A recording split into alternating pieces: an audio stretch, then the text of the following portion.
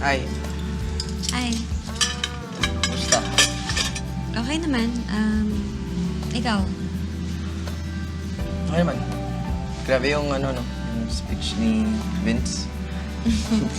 Oo nga natouch rin ako.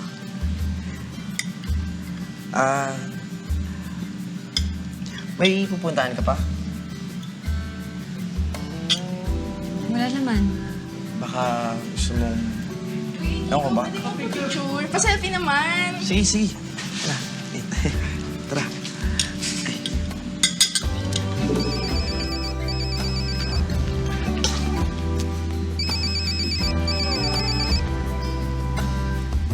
Hello, Jolo?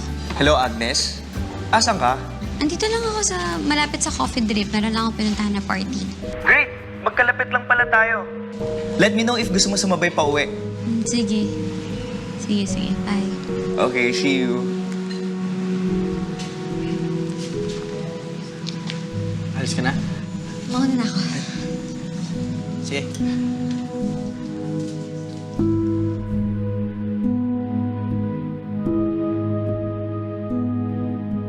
Thank you. Hello? Nasaan ka na?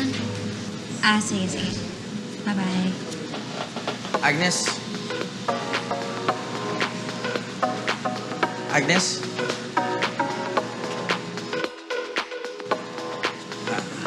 Agnes? Agnes, wait. Sino kaya yan?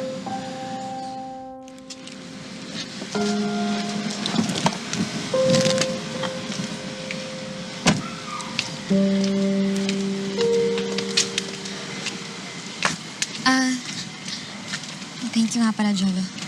Okay ka lang ba? Kanina ka pa tahimik sa biyahe eh. Medyo na-overwhelm lang ako dun sa proposal. Andun si Inigo, no? Kaibigan niya yung dalawa, di ba? Magkakonsyaba sila dun nung boyfriend ni Sean para dun sa proposal. Now I know bakit ka overwhelmed, Agnes. Go back to him, Agnes. Give your marriage another chance. Hindi pa ako ready eh. Do you still love Inigo? Silence means yes, Agnes. Huwag mo na labanan yung sarili mo. Inigo is your home. Sa kanya ka lang totoong magiging masaya.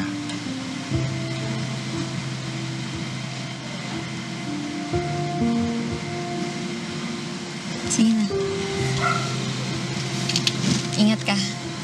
Sige, ikaw rin.